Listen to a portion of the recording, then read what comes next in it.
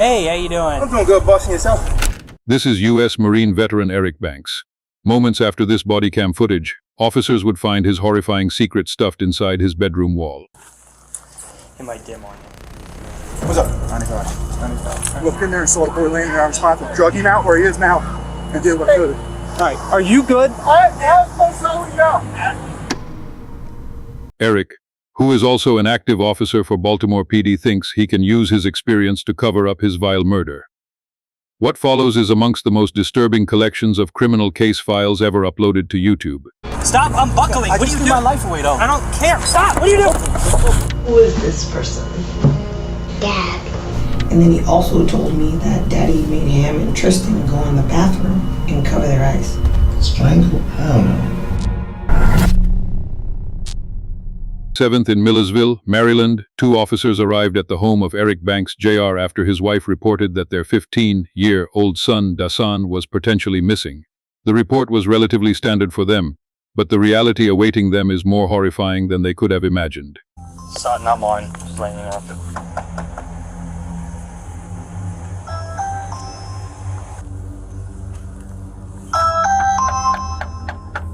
Officers report hearing loud bangs from the upstairs of the home. However, nobody comes to answer the door. After multiple minutes of waiting and out of breath, Eric finally greets the officers. Hey, how you doing? I'm doing good, boss, and yourself? I'm doing good. I had a porter one. I'm out with him. What's going on today, man? You're supposed to be serving peace protector order. Supposed to be serving it on you or on... Both of us. Okay. The judge just ordered us to stay away from each other. Okay. Sit down, buddy. Sit Do down. you all have some sort of like court order agreement on custody or something? My oldest, I know he ran out the back door somewhere. All his stuff out the back door. He ran out? What's going on, boss? I know you get DJ. I know you're getting tired of seeing us. Where's DJ? She called him and he went out the back door. He's not here. No. You want to come in? Just let you know you're being audio. Oh, hey, I know. I see y'all got the body cam. Yeah. She said he was like, Does he have a phone? huh? I took my phones back. Okay. Yeah. So All the phones are on my plan.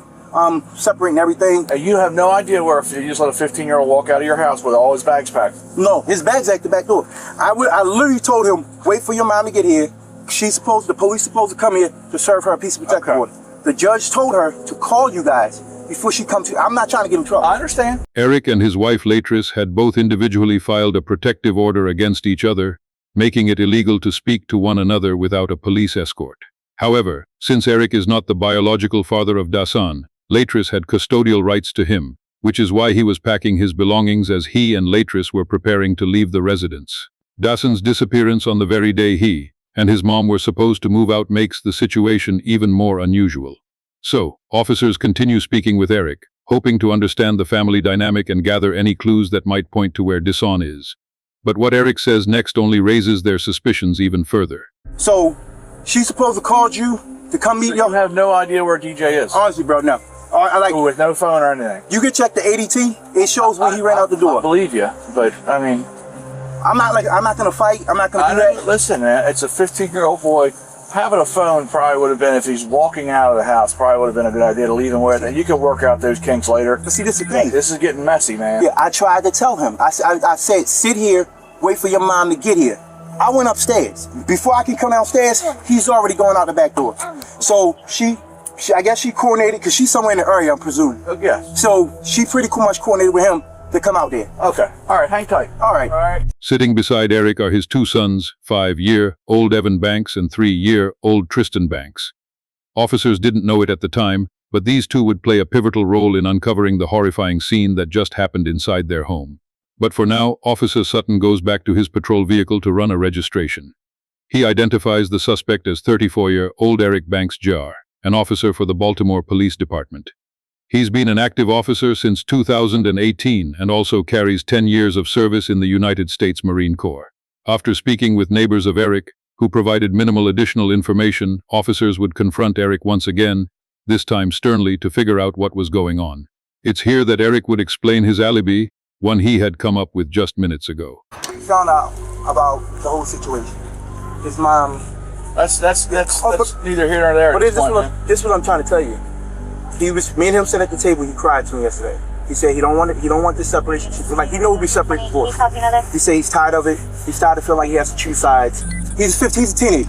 He knows where he don't want to be. He's like, I don't want to be in separate homes. That. And we said that to him. I said, DJ, it's nothing really we could do. I'm not going to change the way I love you, care for you. We had a whole deep heart-to-heart conversation. Today, we went to court.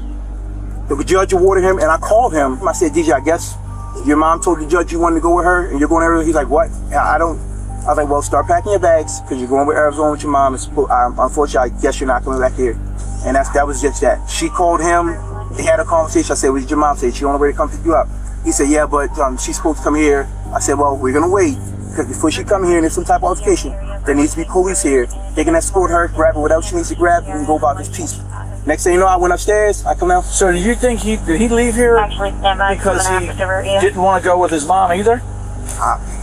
That could be. He could be like hiding out at a friend's house. I mean, yes, sir. Yeah, that's what I'm saying. Opinion. Yeah, in my opinion, I think that probably is the best, because if he told her he's somewhere he's the not. text messages from her, I have food for you, okay. Yeah. So it sounded like he wanted to go be with his mom. Yeah. So that's what I'm saying. All right, just put the bags inside for now, and we'll try to figure it out. All right, brother. Yeah. Ficers would spend another 15 minutes canvassing the area in hopes of finding Dassen, but would again come up clueless. So they decide to try calling Dar's mother, Latris, but are unable to get a hold of her either. So, in a desperate attempt to find a relevant lead, they decide to ask Eric if he'd voluntarily consent to a search inside the home, hoping maybe hiding inside. No one expected that this simple request would soon alter both their and Eric's lives forever. I just want to make sure he's out of the house. That's fine. I'll do it with you then, since we're here. Hey, Buck, can I throw one so to make sure he's not hiding? Yeah, so they about to walk in. If he's about to walk in, we got the house. All right.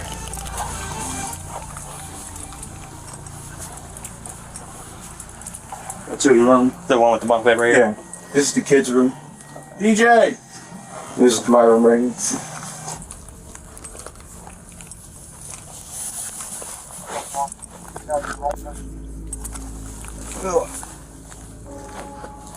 Oh, yeah, he's chuckling. He's told us he's not hiding. In Officer Adams' report of the incident, he notes that at this point in their home search, Eric's demeanor had changed.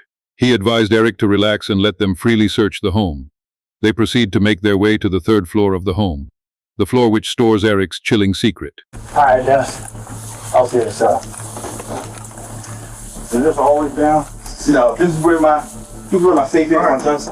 Yeah. So this is where my guns go. Okay. Getting a little light on your side? Yes, I do. You got a light back up? Okay. It might dim on you. You get two batteries. What's up? 95. All right. What's up, bro? All right, God. Inside the hole in Eric's bedroom lies Jason's deceased body, already cold to the touch. Eric forgot to fully close the hole before meeting with the officers. The gruesome discovery would leave the two officers in shock. They try to keep their composure while transporting Eric to a patrol vehicle. What's up? They came right now. All right, where are we? Starting at it. Have one stuck now. Okay. DJ! What's up? What happened? Let's go to the car, all right? Yeah, let's go to the bar. On the front. All right, yes. Oh, in the front, sir. Here, let me move one thing out of your way. I agree. All right, just see for me. All right. Inside the hole in Eric's bedroom lies Jason's deceased body, already cold to the touch. Eric forgot to fully close the hole before meeting with the officers. The gruesome discovery would leave the two officers in shock. They try to keep their composure while transporting Eric to a patrol vehicle. Stay seated. Yeah, we're in custody. All right, yeah. I need you to stay seated. Okay. Okay. All right. Okay. Bunk be All right, go ahead. Can I just kiss my boys real quick? No, I need you just in the car. Listen, All right, my boys. Look, All right. listen. Yeah, I got you, bro. Just let me kiss my boys. Stay in the car. Bro, just let me kiss my boys. Stay in the car. I'm just saying, like, just let me kiss my boys real quick, bro. All right, I'm coming in the car. I'm going in the car. I'm not doing all that. I'm not doing all that. I'm not. Start them up. Faster. I'm not doing all that.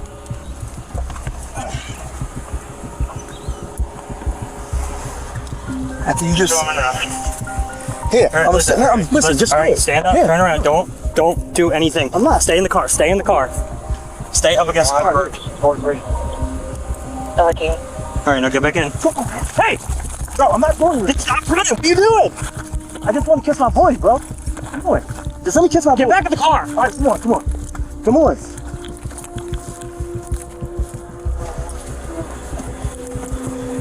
The mom is parked at the corner of Hilltop.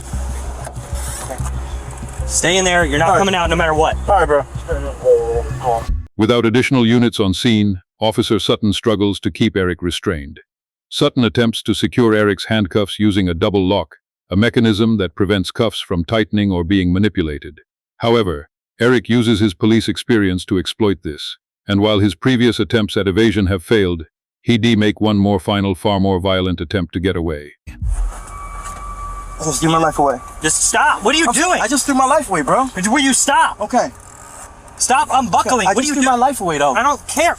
Hey, listen. Stop. Just choke. Stop. What are you doing? Just choke me. Choke. Get back in the car. Just choke me. Just choke me. Just choke me. Adam 4. Look, to Adam 1. Can you come back out here, please? Hey, get out of our gun. Look, just choke me. Just choke me. Adam 4 is trying to grab a gun. Adam 4 is trying to grab a gun. Stop. Get in the car, Walker. Get in the car. Come in here. Turn him out. Turn him out. Turn him out. Turn him out. On the ground. Correct. 4448. 3 times thrown out. Where's Stop. I can't stop. Yes, you It's can. on my wrist.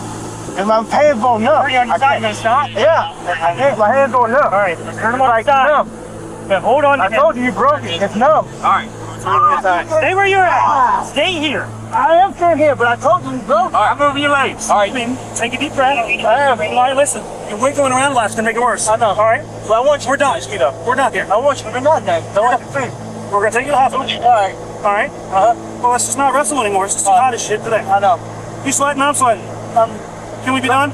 I want to be no, bro. Like, All right. Well, let's go to the hospital and talk about it. We don't need to wrestle on the ground. Is that helping anything? no, it's not. All right. All right. Okay. Eric attempts to unholster Officer Sutton's service weapon, eventually managing to loosen it and nearly knocking it to the ground. Fortunately, Eric's handcuffs prevented him from causing any further harm. As the chaotic scene finally settles, officers briefly discuss the frantic events that just unfolded. I go up to Subway to meet her, go in to make sure he didn't go to Subway to miss communication. Come back here, I said, let me just check the house. They started getting real weird. I'm like, well, if you just stay back, he's a Baltimore City guy. Started to get real weird. I'm like, no, I can check the house. You stay back, you stay back, you stay back, you stay back. I go up and wait off. He wouldn't be up here. There's an attic thing undone with a screw in it.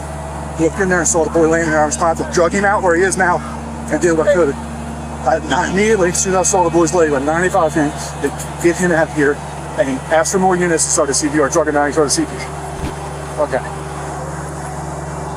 All right. Are you good? You're good. You're not hurt. No, I'm hurt. Should have done that if I'd have just did that first. He may not have been hurt. I'm gonna take the whole block, bro. Take a seat. Hey, take him. Come on. Just walk away. Just do a CPR. Sorry, Where's the 10-7? 1448. Inside. Yeah, like apparently. Well, we went upstairs to check the house. already, And, yeah, there's a gun sleep area. What's up? There's like a gun sleep area, and my partner looked in there, 95, and I don't know what's going on. And then when we took it to my car, he unbuckled.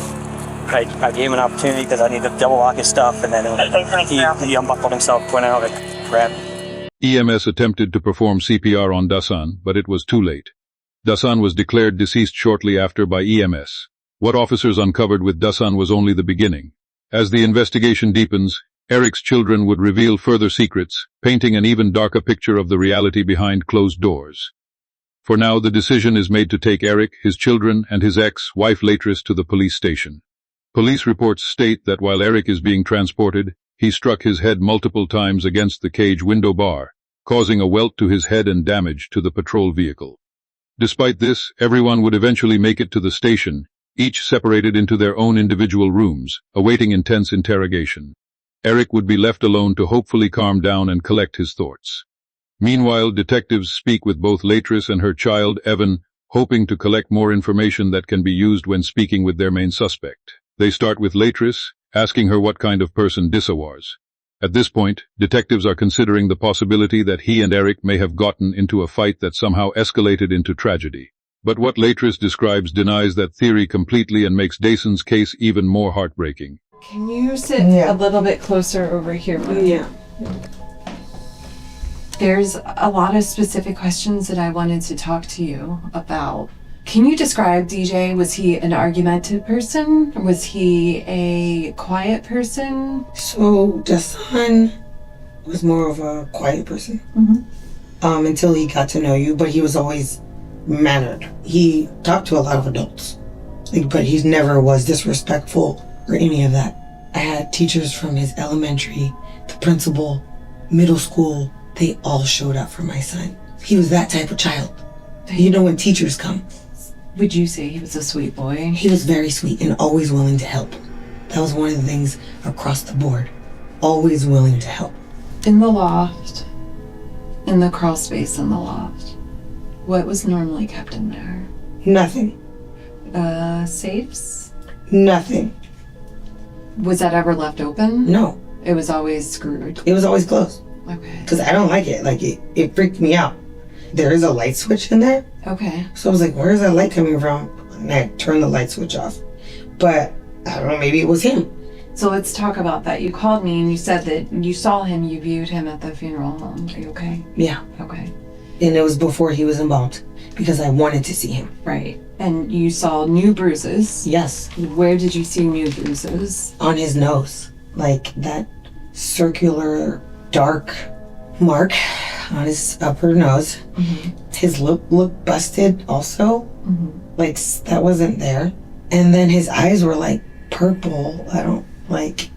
They were puffy and purple. Yeah. It looked to me like he was in a fight. And my son doesn't fight. Jason's autopsy report ruled his cause of death asphyxiation, which in combination with the bruises and marks on his face implied he was likely strangled to death.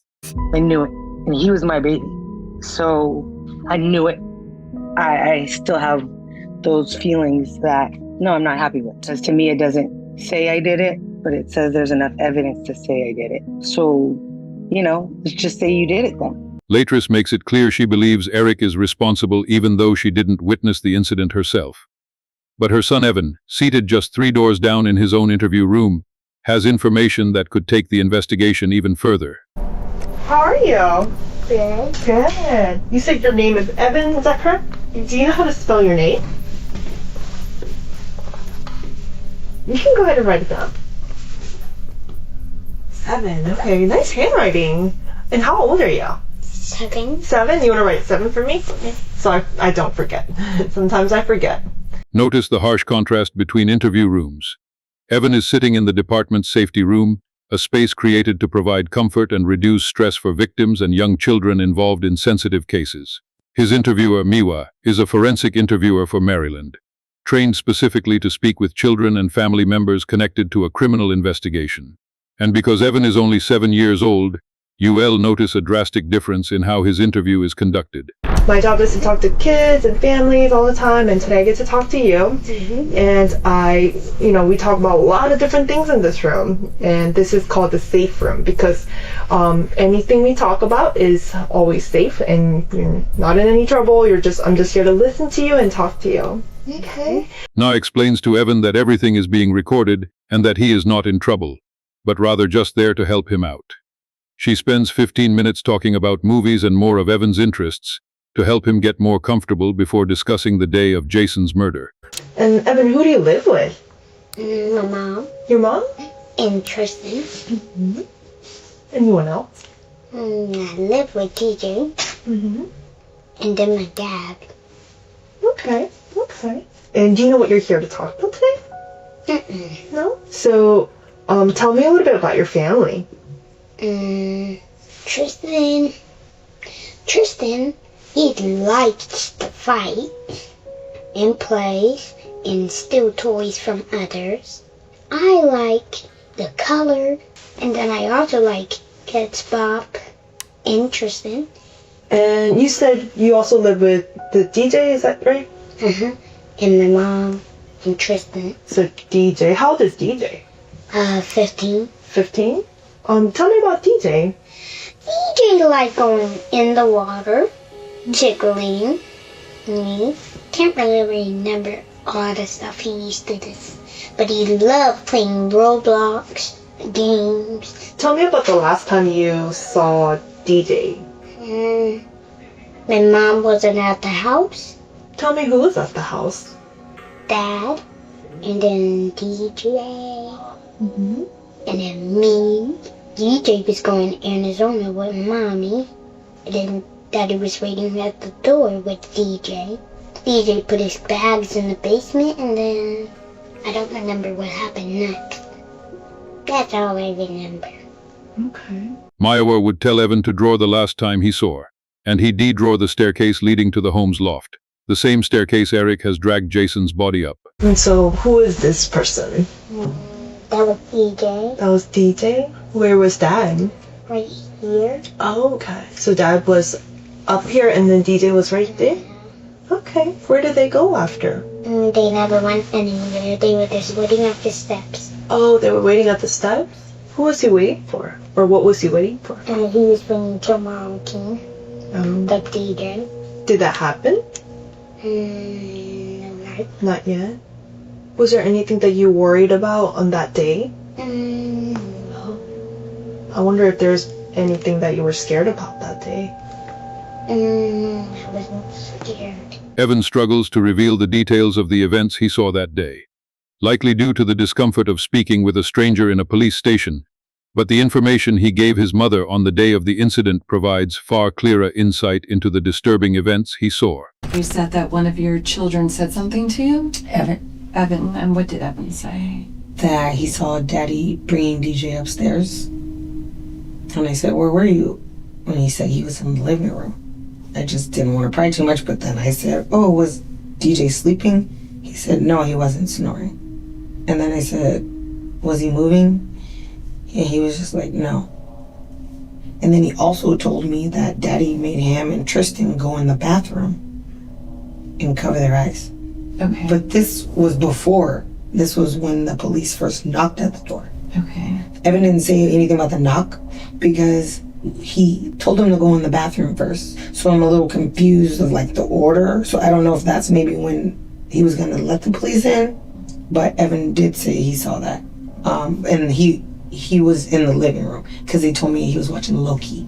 In addition to these grim details, Latris would go on to explain how Eric's life had begun to collapse, all in synchrony. Due to the protective peace order Latris had filed, Eric was suspended from the Baltimore Police Department the very same day of Jason's death. He had just separated from his wife, was about to lose his children, and was now left without a job. Latris also explained that the peace order she filed was not her first attempt to separate herself from Eric. Months prior, Latris filed her first peace protective order, writing, I am in fear for my life and well, being because Eric Banks keeps trying to control, follow, and emotionally abuse myself and my sons. The order was denied, however, and it wasn't until months later that her second attempt was granted. It was clear Eric's life was falling apart leading up to Jason's death. Eric had hidden his body, lied to officers regarding his whereabouts, and had a violent outburst once the body was discovered. It'd be hard to assume that he wasn't directly implicated in Jason's death, but evidence alone wouldn't be nearly enough to get him to confess. After all, he was a police officer of 10 years and knew how the criminal justice system worked just as well as any interrogator working against him. But unfortunately for Eric, the interrogation he was about to undergo would crack even the most well-trained of suspects. Eric is placed into an Arundel County interview room 2B. This room was designed for priority matters exclusive to high-profile cases. Because Eric had attempted to attack an officer earlier in the day, he's been handcuffed to the table to restrict movement. Eric is left alone for multiple hours as the detectives prepare for his interrogation. While waiting, he can be seen glancing around the room multiple times, likely searching for a camera. What Eric didn't know is interview room 2B has a small camera placed in an unusual location, which Eric never managed to spot. The primary investigator assigned to this case is Detective Luis Adrian. His prior service in the United States military likely factored into the department's strategic choice to have him conduct the interview. This shared background enables Adrian to establish rapport with Eric, a key component in the upcoming interaction. So, you know why we're here. We want to talk about what happened. why it happened and anything surrounding that whole situation. But you know as well as all of us that we have to go through Miranda with you. So what I'm gonna do is we're just gonna go through Miranda first of all, and then I'll start getting all the other information, okay? After reading Eric his rights, the detectives would spend nearly an hour connecting with Eric and bonding over their shared military experience. He's like, now you come in, you're in front. Okay. We go back in, we about to go in the building, like, you're in front. She's like, but I thought you said you're like, some people were made, you know, to do certain things, and I said, I'm not made to be a front person. So, yeah, but, so I'm running the block then, and I remember so I was like, hey, whoever that officer is right there running, just keep going, because you're about to run right into him. And out of nowhere, these two guys just come out, pop out, and I'm like, okay, I got him. And they just fall over, and and he was like, yeah, whoever that was running, he was moving, and you just ran, and just like, he was like, don't, because I was slowing down, like trying to look. He's like, no, keep going. And I'm running like, okay, you gonna tell me when? This friendly conversation appeared to take Eric out of the tense mental state. It appeared that Eric sharing his favorite moments from the military gave him a sense of importance, like he had an identity he was proud of, or at least used to be. But that moment is short, lived as he's quickly brought back to the reality of why he's sitting inside a police interrogation room. So you spent 3 years and you're still active in the Baltimore City Police Department. Yes, sir. So from what I hear, you're suspended? No, I'm suspended now. Well, I'm suspended, yes. Okay, why? Can you tell me what's going on with that? May 8th, I got a peace and protective order against my wife. Okay. You got one against her? Yeah, I got one against her. Same day, she took the firearms out the house. She took the safe out of the home. You know, Anne Arundel County did press charges. They pressed charges against her. Her for taking the safe with the firearms. The firearms. Yes, sir. And were they your duty firearms? Duty firearm. My whole full duty belt was in there. Okay. Firearm, taser, magazine, pouches, everything was in there. She turned around and went and got a peace order on me, saying that I was following her. But when she got it, that's when pretty much they have to suspend. Yeah, I have to get suspended. Her mom sent my mom something talking about I was following her. This and that. I'm like, how? I'm here at work. How you see I was following? I was like, there's no way. That's when we both ended up at the courthouse, and I was like, because I have like, I'm just putting a stop to this. So I let the clerk know. I was like, I don't know what's going on, but every time that my wife's trying to leave or something's trying to happen secretly, there's a peace order for me to get kicked out the house. And I was like, that shouldn't be. And that's when they brought us both in. So we both got seen by the judge, and he granted us a peace order for both of us to stay away from each other. Okay. Yeah. When was that? That was just, was it 2 days ago? Okay. Was it, no. Monday? Well, no, yesterday. It was just Tuesday, yeah. So y'all met with the judge? Tuesday. And you're still suspended up until this point? Or yeah, I'm still suspended. So when, maybe it's the way Baltimore works and how slow they are and stuff. So you have the peace order, she gets one on you, and then it gets denied. It has to go to IA. I have to do their full They have to do that. Yeah. And so you're still suspended even though it's been cleared up? Yes. Gotcha, okay. At this point, the detectives had no reason to assume Eric was lying. He'd been open and honest with them the entire time and seemed rather friendly. It isn't until they begin discussing the day of the incident that investigators realize Eric's perceived honesty had all been a calculated act. So yesterday we go to court, get the peace and protective orders. They grant the whole motion, for us to stay away from each other. The two youngest boys supposed to stay with me. The oldest, he's going to Arizona with his mother. And she tells the judge, that's what you want to do, blah, something. So right after that, call him. I was like, hey, start packing your bags. You're going to be going with your mom. He's like, what? Why? I'm like, your mom said you wanted this. You're supposed to do, I guess, I don't know. I didn't have that conversation. Previously to that, me and him had literally just sat down at the table. Because I could tell that my son was depressed and he was going through, and that's really what our trip on the first was, just to try to get him away, get him out. We sat down at the table and I'm like, what's going on with you? How are you feeling about this? Where are you at with this? And he's like, honestly, I don't know. He's like, I hate it. I don't want to feel like I'm choosing sides. I just want to be left alone with everybody, because then it's like they're calling me, telling me this and this and that, and it's like I gotta keep certain things from you. He's like, I don't want to be a part of this. He's like, I'm tired. So I said, just go and start packing your bags. And he's like, okay. We wait. I get my paperwork. I come home, and on my way home, I just felt like I was done. Like, you know what? Today's gonna be the day I'm gonna do it. Okay. Yeah. I feel like my family's falling apart. I'm suspended from work. Possibly gonna lose my job. So it's like, situation. It's just building. Just keep going. It's like vendetta. And I even sent her a text and said, I don't know why we feel like we have to be at war. Right. Like we shouldn't have to be at war. It's like if you are here lying to these guys, telling like you gotta guess what are you trying to move in with them? You know, telling them that you're living in hotels when you're not. You're staying with your mom. Like what are you doing? So at this point, it's like, you know what? I'm just tired. Yeah, you're tired of it. Yeah, it's tired, it's a way out to get peace. I get. Yeah, a lot of people go through that, man. Yeah, and it was like nothing. I felt like everything was just coming to an end, and I feel like that now. Like honestly, everything was coming to an end. I was like, you know what? I'm just gonna do it. It is what it is.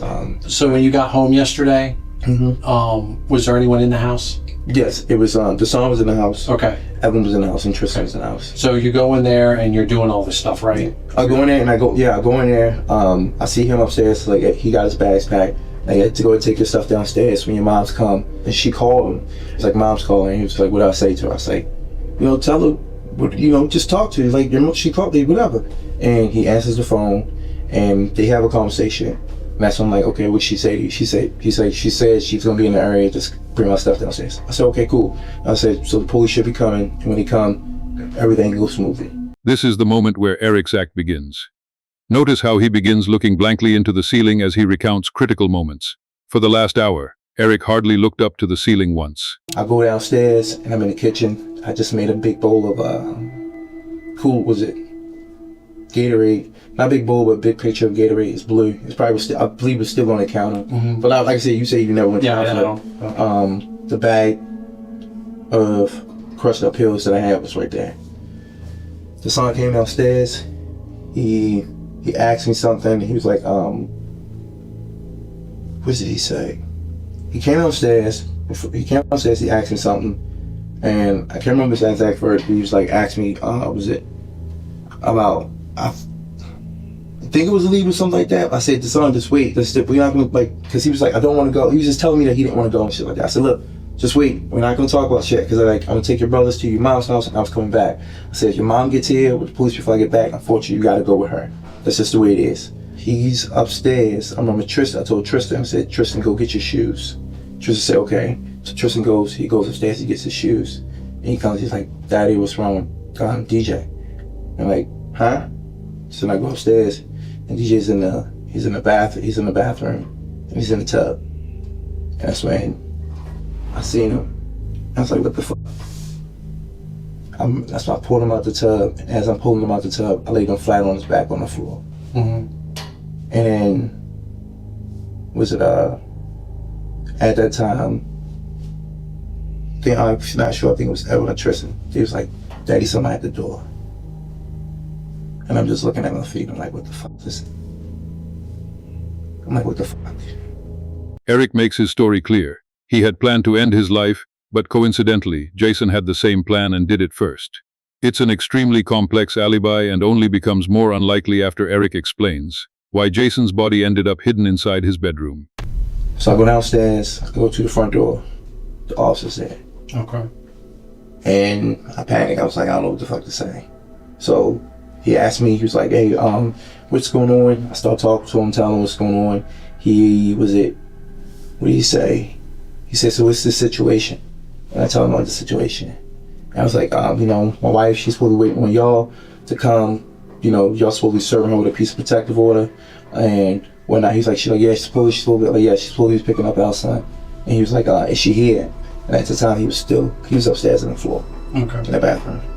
When he said, was she here? My mind, I was like, no. Okay. Yeah. You panicked. Yeah. Because it already looked bad. I already moved him. And I was like... Well, you got him out of the bath. Yeah.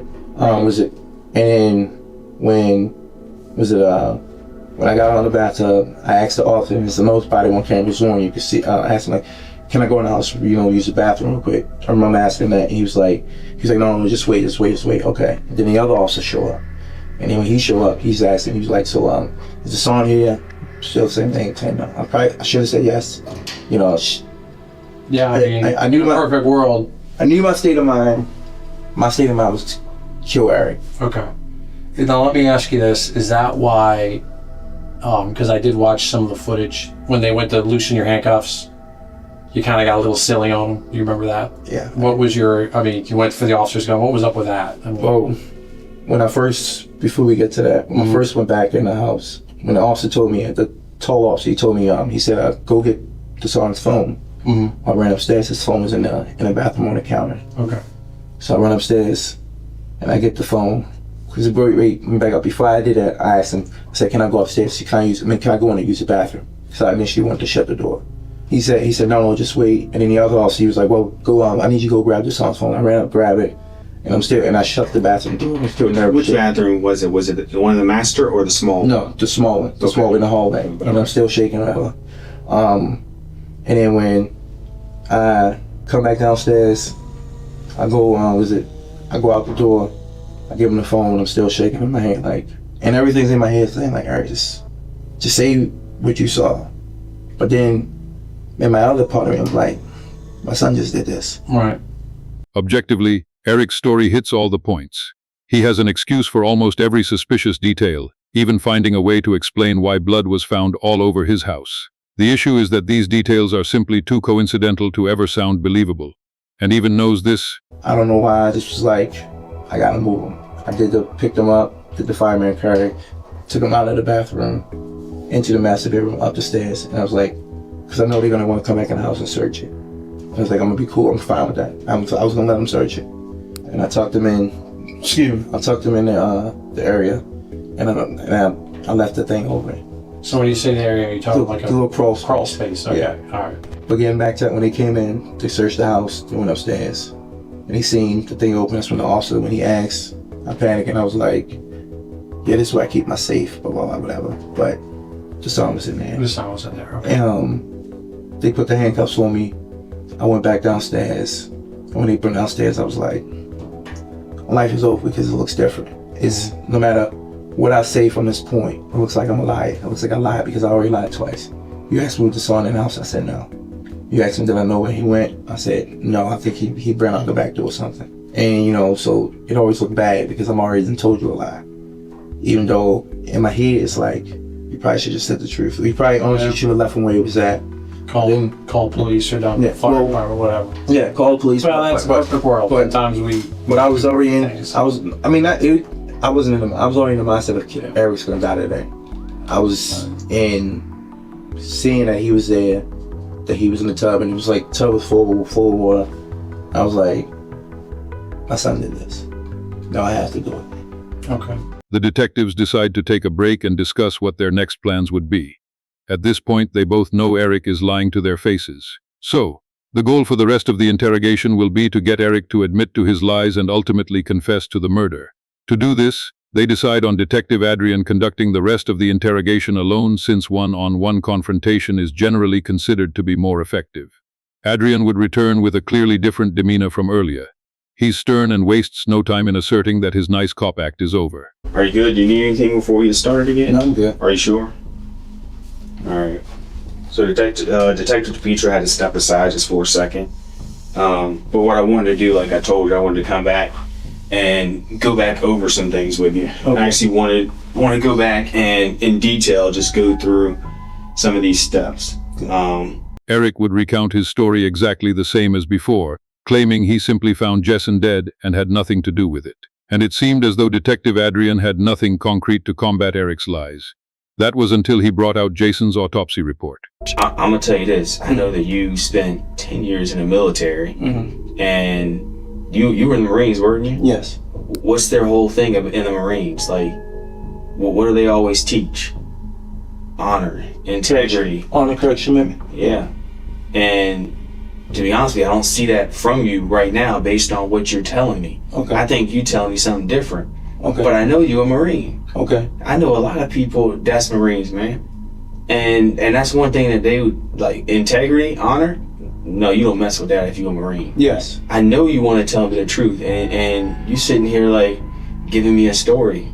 You giving me what I want to hear, just to sound good, but it's not it. That's not it. Trust me, I'm not trying to sound good to you. And I'm gonna tell you the other thing. And I'm gonna be straight up with you. Yeah. You keep talking about the autopsy. The autopsy said he was strangled. Hell no. The autopsy said he was strangled. Hell no. Hell to the no.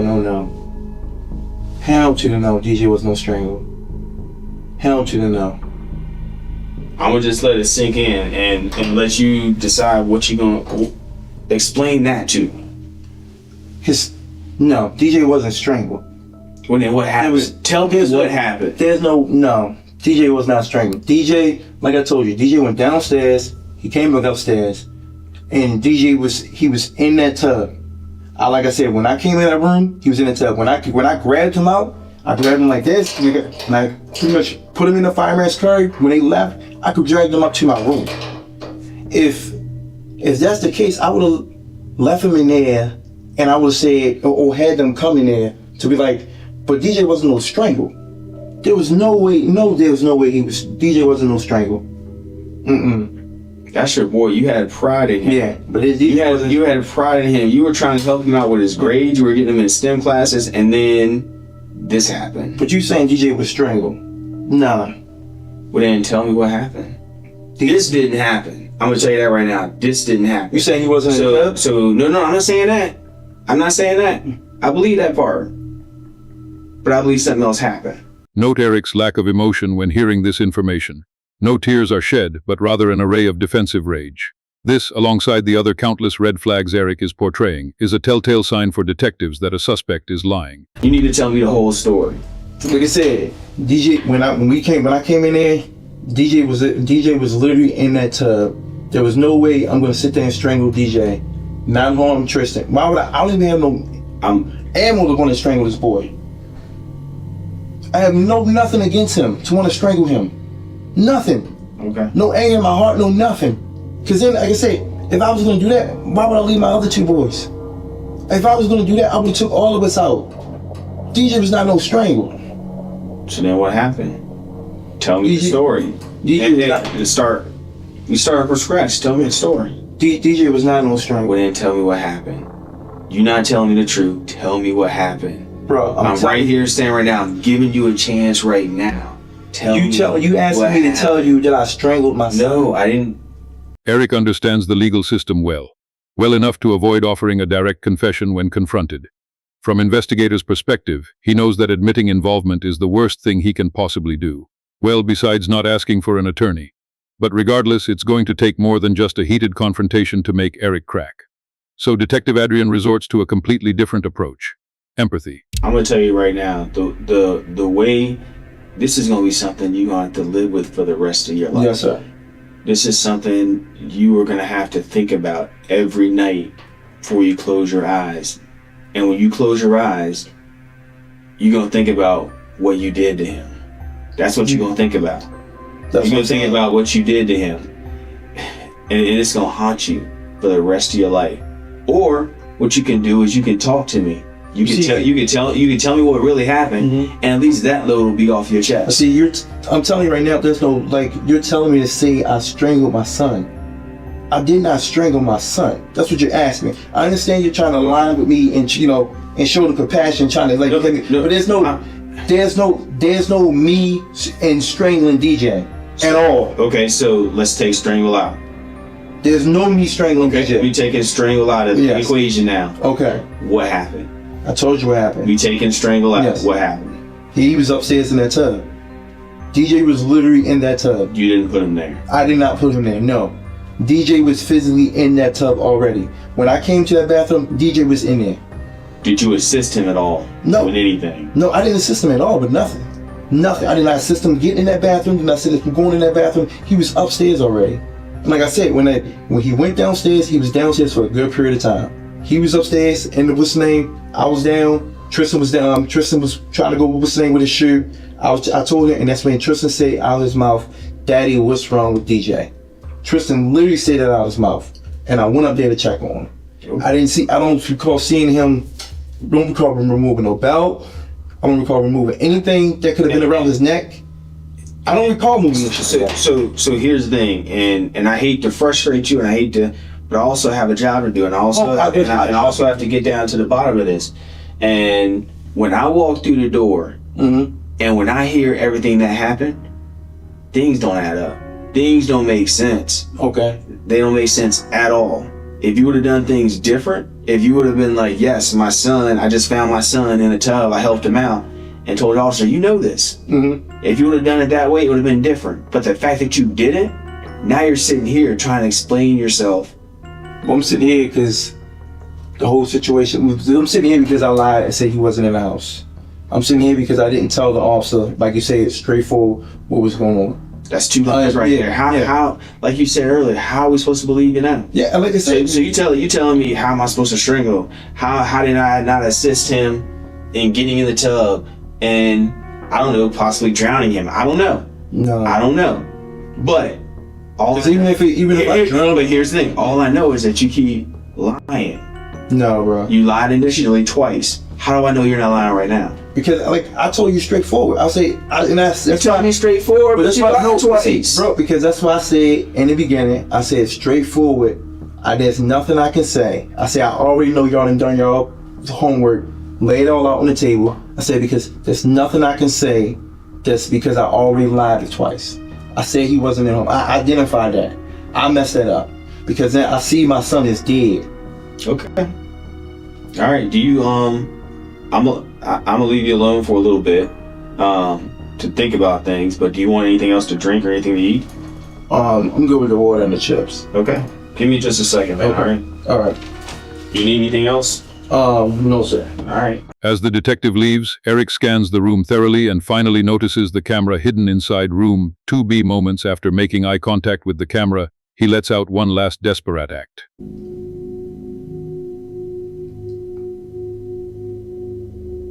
Strangle? I don't know. Unfortunately, it'd be too late to act his way out of the murder.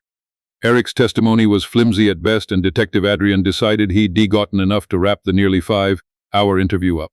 Shortly thereafter, Eric was booked into the Anne Arundel County Detention Center under charges of first-degree murder, second-degree murder, and child abuse resulting in death. At trial,